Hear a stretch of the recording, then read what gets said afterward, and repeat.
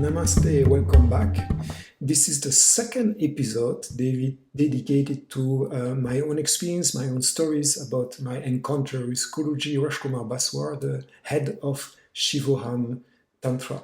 So in the first episode, I was speaking a little bit about my first encounter with him, what led me towards meeting him. I'm going to continue to elaborate a little bit on that, but I'm going to especially speak a little bit more about when I started to do more practice with him. So we were still in Pune. We had met him twice already, once in the house of the friend, his Indian friend Piyush, and then once with him we went also around visiting different families that Guruji Rajkumar Baswar was connected with. One notably his future wife, Deepti. So we kind of visited him and kind of learned to know a little bit more about him. I was a bit shy, but my partner Monica, she was really bold and she was asking all kind of questions, and I kind of didn't dare so much. But I felt definitely there was a connection, and this connection was growing. So we were kind of curious to know a little bit more about that. So we decided to go to his place. His place at that point was a small village called Sabnir. It is about 1 hour and a half from Nagpur. So we were in Pune. In 2006, there was not so much flight yet, so we had to take a bus, a night bus. We could have taken a train or a night bus, but I think the first time we took a night bus. It was a sleeping bus. Sleeping bus in India are a fantastic experience, because the road of India are not that great. I mean, now they have evolved and they have more and more highways now that are in better shape. But at that point, it was kind of a bumpy road. And at night, those bumper road becomes like crazy when you try to sleep. So you have a space, it's like a two-story bed, two levels of cells in the bus, where you have your little cell up, down or up, and you have a mattress, and then you can try to sleep. I say try to sleep because sometimes you fall asleep and suddenly a bump in the road and your body jump off 50 centimeters higher and poof, fall down. And so that's kind of a bumpy experience. This led us towards, in the early morning, towards Nagpur bus station. And from there, we had to find another local bus, that are really, really simple bus with kind of a wood bench, and go to the next leg of our trip, to Savnir, a small city of India in the middle of nowhere, in the middle of Maharashtra. So we did this trip. It took us another hour or something. It was quite hot at that point because it was the hot season, because we were around May and June in Maharashtra. It's crazy hot, really, really hot. Maharashtra is one of the hottest places in India, with Rajasthan and other places like similar. So it's really, really hot. So we arrived there completely exhausted. And we arrived there in a city that probably had never seen Westerners before. I mean, they could have met Westerners if they would have gone into Nagpur. Nagpur, there was still some Westerners, but not that much. It was not such a touristic city. While Savanir, it was just like in the middle of nowhere, and no Westerners at all. So everybody was kind of looking at us, what we were doing. And we were going into the house of my teacher, Guruji Rajkumar Baswar. At that point, it was a kind of a quite simple house. He was building the top part, but we were residing in the ground floor, and it was at that point very, very simple, like just earth floor. They were having to put tiles, and there was just a kind of a temple, a small temple that was at that point just concrete temple. So really, really simple and basic. And there we got kind of introduced to not his family, but he was living with his guru sister, meaning that it was a person that had the same guru than him and was doing the same practice, and with the daughter of his guru sister and the children of his daughter. So that was basically the situation there. And we stayed there for a few days, and at some point he started to say, what do you want? Well, what do you want? Why are you here? Well, it's kind of obvious. I'm here to I don't know, to do practice, you know. So quite quickly after, I think the second day, he asked us this question. I was even kind of a little bit pissed off. I mean, you know, I'm here for enlightenment, you know, I'm here to get spiritual enlightenment. So at that point, he kind of looked at me and he kind of smiled, and he spoke with his guru sister at that point, and he said, Ma Chinamasta, because somehow the temperament of what I was expressing was really related with that specific archetype of the feminine. So he gave me a long mantra of Ma Chinamasta. And then he also kind of gave us the chance to meditate in his room of meditation, because there was the temple, there was the house, and there was this little house next door where he was the only one to go for doing his practice, his meditation. Only very, very close disciples were allowed to go there. And he kind of gave us the chance to go with him, me and my partner, and to do some meditation with him. So there was a lot of things happening during our stay there. At night, he said, oh, I'm going to go into your body and doing some kind of cleaning and stuff. And we were lying down on the first floor, but there was no mattress. It was just a straw mat, so very, very simple, on tiles. So basically for me, it meant no sleep at all that night. And then he told us that, yeah, he went into our body and kind of did some energetical work. And I was waking up in the morning, like, not really aligned at all, because I didn't sleep that much, and feeling kind of pain on the left side. So at that point, I didn't know what to think, really. Like, we were meeting this guy, he said he's a tantric guru, he gives us a long mantra. Okay, well, what's next? I don't know. And he says all really bizarre stories about Tantra and about what he does and stuff. So we were still quite doubtful and not really knowing what to know. But we decided then to go back after 2-3 days. We went back to Pune. We stayed a little bit longer, and then we went up to Dharamsala, where we started to kind of study if we could start a school there. My partner at that point, Monica, was Indian born, but raised in America. So we could, with her, eventually start a school there. So we looked in Dharamsala. But during that time, I started to practice the mantra, the Chinamasta mantra. I had already been practicing a mantra with Chinamasta, but as I said, never a long mantra. And I kind of liked it. It felt resonating with me, like, because I was totally in love with meditation. So using usually bija mantras with Laya Yoga, it's you focus on an inner sound. Here you just do japa. It means you repeat the mantra, and you start to feel what's happening. And generally what's happening is that it starts to kind of activate your kundalini, it starts to do things. And so I kind of liked it. So after that, I went back to Belgium. I stayed in Belgium. I did work a little bit there. While still doing the mantra, I was trying to do 1 hour, maybe 2 hours, sometimes 3 hours per day. I was really into meditation. I really liked it. By the time we were back in India, my partner was a dance teacher and performer, got invited in the area of Nagpur to do a dance show. So I went with her. It was in a natural reserve, sanctuary, like they call this in India. So I went with her, and we were not so far from Savanir. So initially he told us, come back in 6 months. That was maybe 4 or 5 months afterwards. And we said, okay, well, we are here. Why not? Let's go and see Guruji Rajkumar for the second time. So we went back there, this time on our own. I think Piyush was not there, our friend, Indian friend, who helped to translate. So we had to kind of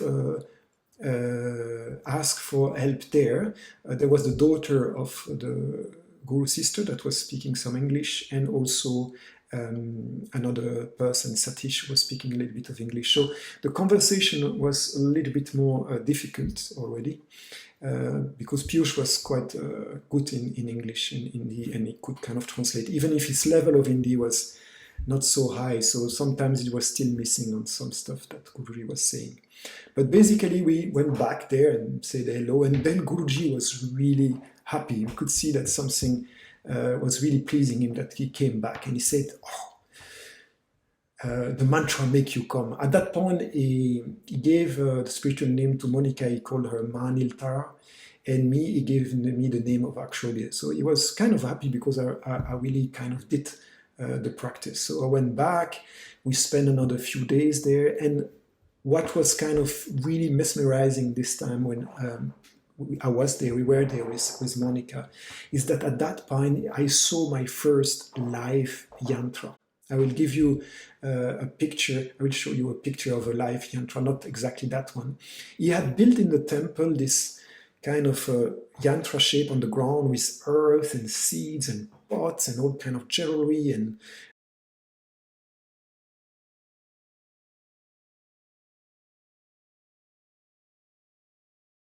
oil lamp in the middle, and that was just like mesmerizing. This was kind of alive. There was like an energy there. Like I was fascinating. I would just go there.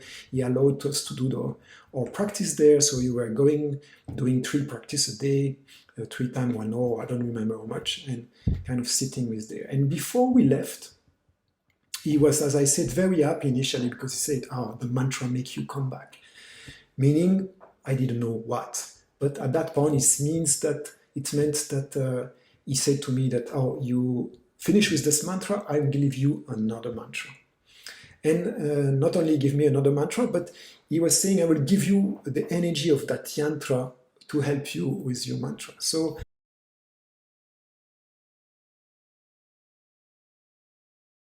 then we went back home to Pune. At that point, we were still in Pune for a little while. And during that night, we were again in one of these crazy night bus pumping and everything, but I was starting to do mantra.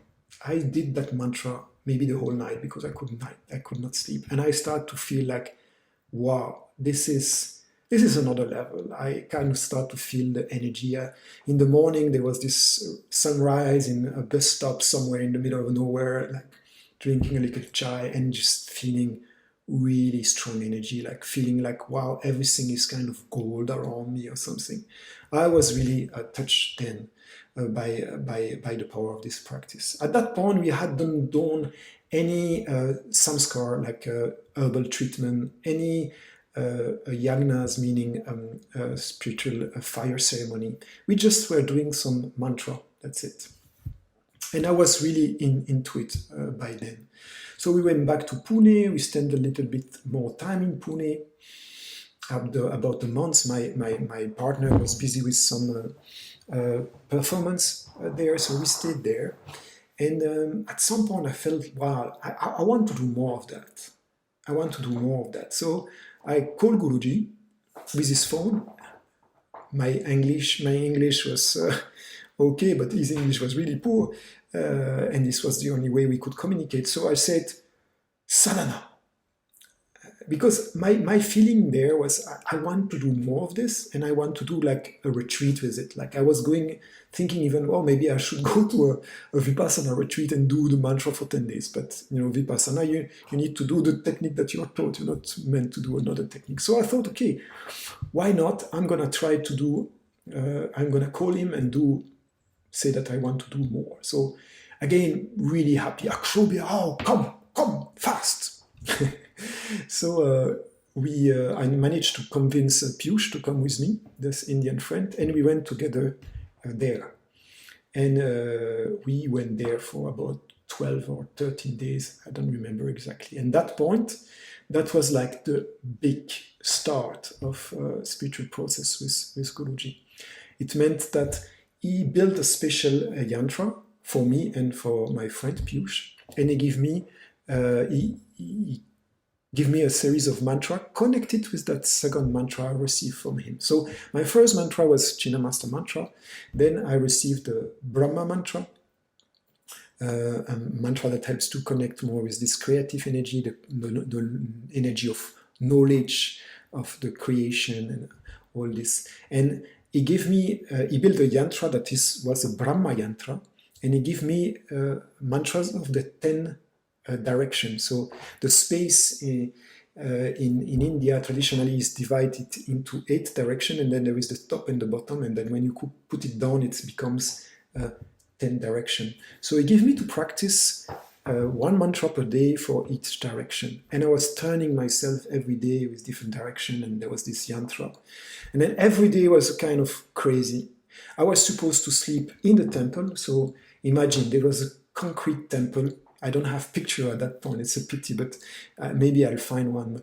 It was a concrete temple, and I was sleeping there with my friend. There was a lot of kind of mosquitoes. We were not really kind of close. In that time, it was more the winter time, so it was quite cold at night.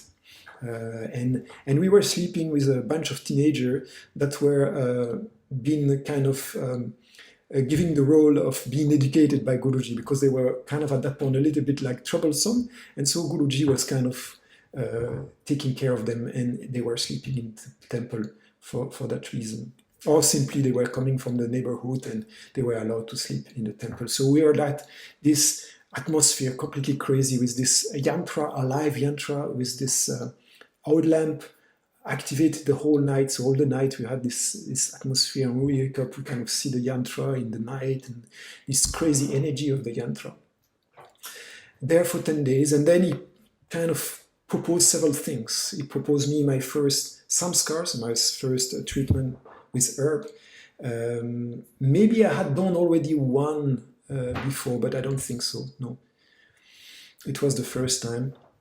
So we were just going on the rooftop and using some kind of brown powder mixed with water and covering ourselves with this from head to toe, and then staying like that, kind of shaking, shivering, and doing mantra at the same time. And this was just completely crazy. The energy, whatever was coming through my mind, was really intense, because obviously there was a lot of energy coming from this practice, but also a lot of purification. So during that time, I was just like not knowing what to do, not knowing what to think about this whole thing. I was just trying to surrender to the process, but at the same time having a lot of resistance from my mind, saying this is crazy, you should go home, don't stay here.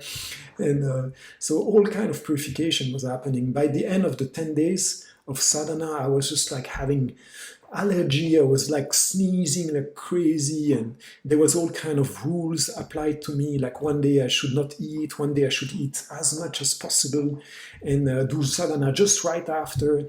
And I don't know if you imagine, but we were in a small city of India. India is place for meditation and yoga, but the cities in India are very, very loud. And at that point, they were starting to build a gym on the other side of the street. And just for the opening of the gym and in general, they were blasting techno music. So I was there during the day, having to use a mala. At that point, it was compulsory, I had to use a mala. Trying to kind of hold the posture. I was doing that for 8 hours per day by a bunch of 2 hours. Every day a different mantra. With that music blasting in my head, I was just getting completely crazy. At some point, I had also to do a fire ceremony. That was my first or second fire ceremony with him. And yeah, this was just a mad process. It was really, really intense. My friend was in fact even more suffering than me, because he was not at all familiar to sitting meditation. He was an Osho sannyasin, helping, liking to celebrate and to dance and to white robe and go to all this practice from Osho, but that are more like kind of dynamic form of meditation. And he had to do, like me, 8 hours of sitting per day. I had at that point already done several retreats of meditation, sometimes 10 hours per day of sitting. So I was kind of more familiar. The difficulty for me was really that I had to use a mala, and that there was all these kind of crazy rules. So it was a very intense process. Then kind of finalized, and then after that, he told me, you can continue with this mantra, but just 1 hour per day. And at that point, I was really fanatic. I just wanted to do more. Like before coming to see him for this sadhana, I was just doing 4 hours or 5 hours per day. I didn't have so much to do at that point, so I was just doing so much of this sadhana, and I felt so much energy. I was just addicted to it to get more. So after that sadhana, he said, just no, 1 hour per day. And I was just like, really? Only 1 hour per day? But at that point, it was really enough, because I felt that after this strong process with the yantra, with the samskars, this herbal treatment, with the fire ceremony, I had gone through a lot of purification, and somehow my energy was already kind of more balanced and more strong. So after that, I went back to Pune, then at some point I went to Thailand, and then later on, I decided to come back more in the spring before going up north to Dharamsala to open the school. And I went back to my first Ma festival. But I will tell this story in our next episode. Thanks for joining this adventure, this storytelling of my encounter with Tantra, with Rajkumar Baswar, the head of Shivoham Tantra. If you like, please press like button, subscribe to the channel if you feel like, and comment if you have anything to add or any question to add. It will be my pleasure to try to answer it. See you next time. Bye bye.